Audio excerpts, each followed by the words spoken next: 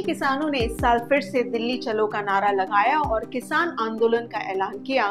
जनता के मन में ये सवाल उठ गया, आखिर 2 साल बाद फिर से आंदोलन क्यों कर रहे हैं। 2021 में सरकार ने किसानों की मांगों को पूरा किया और 3 कानूनों को रद्द कर दिया था।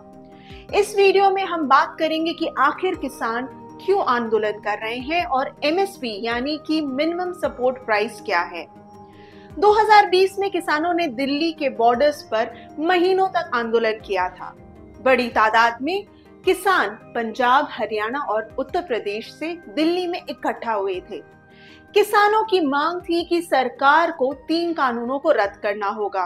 पहला, the farmers produce trade and commerce act. दूसरा, the farmers agreement of price assurance and farm services act.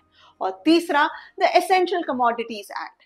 किसानों ने उस वक्त ये भी मांग की थी कि मिनिमम सपोर्ट प्राइस यानी कि एमएसपी को प्रत्येक फसल के लिए लीगल घोषित किया जाए। अंत में किसानों की जीत हुई और सरकार ने वे 3 कानून रद्द कर दिए और आंदोलन के 1 साल बाद 2021 में ये पूरा किसान आंदोलन खत्म हो गया। लेकिन किसानों ने यह भी कहा था उस वक्त कि फिर से आंदोलन करेंगे अगर उनकी एमएसपी की मांग पूरी नहीं की गई। एमएसपी की मांग पूरी नहीं होने पर किसान 2024 में फिर से आंदोलन कर रहे हैं। इस आंदोलन में किसान ने सरकार के सामने ये मांगे रखी हैं। पहला, एमएसपी यानी कि मिनिमम सपोर्ट प्राइस को लीगल घोषित किया जाए। दूसरा, किसानों का पूरा कर्ज माफ किया जाए। तीसरा, किसानों को पेंशन दिया जाए और चौथा, स्वामीनाथन कमीशन के फॉर्मूले को लागू किया जाए।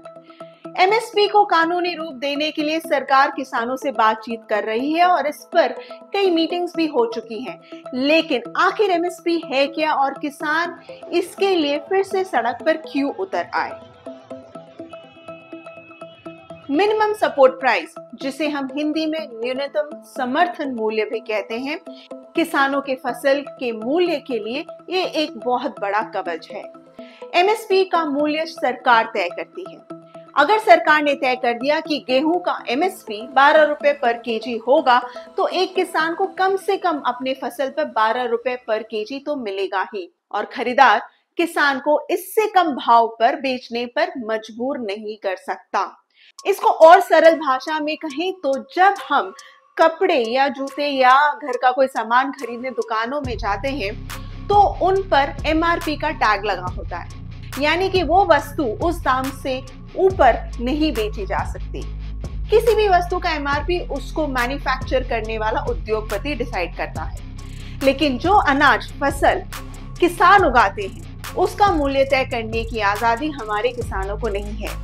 ऐसा सिर्फ भारत में नहीं है बल्कि अन्य देशों में भी किसान अपनी फसल पर पर्याप्त पैसे नहीं कमाते। नेशनल क्राइम रिकॉर्ड्स ब्यूरो के अनुसार पिछले 10 साल में करीब 1 लाख कर्ज में डूबे किसान आत्महत्या कर चुके हैं। इस समस्या का समाधान निकाला जा सकता था अगर किसान मिनिमम सपोर्ट प्राइस के नीचे अपनी फसल को बेचने पर मजबूर नहीं होते।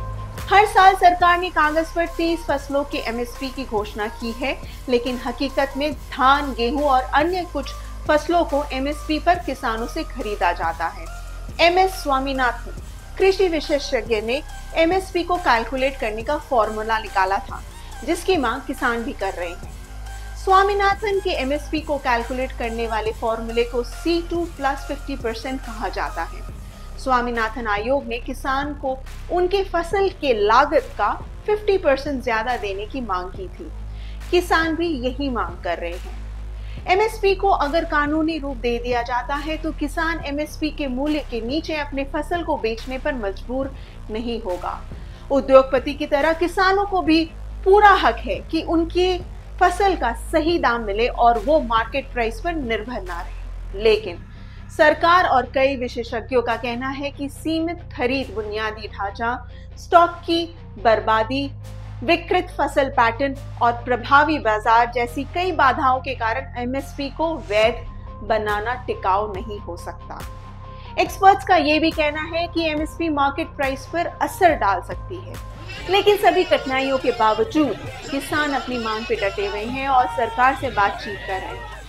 किसान दिल्ली में ना घुस पाए, इसके लिए पुलिस ने दिल्ली बॉर्डर्स पर जबरदस्त नाकाबंदी की है।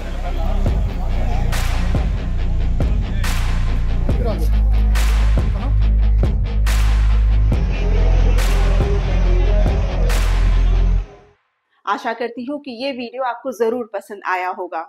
एक्सप्लेन एक्स एक स्वतंत्र मीडिया प्लेटफॉर्म है जहां हम उन मुद्दों पर वीडियोस बनाकर आपके सामने लाना चाहते हैं जिससे हमारी जिंदगी पर फर्क पड़ता है।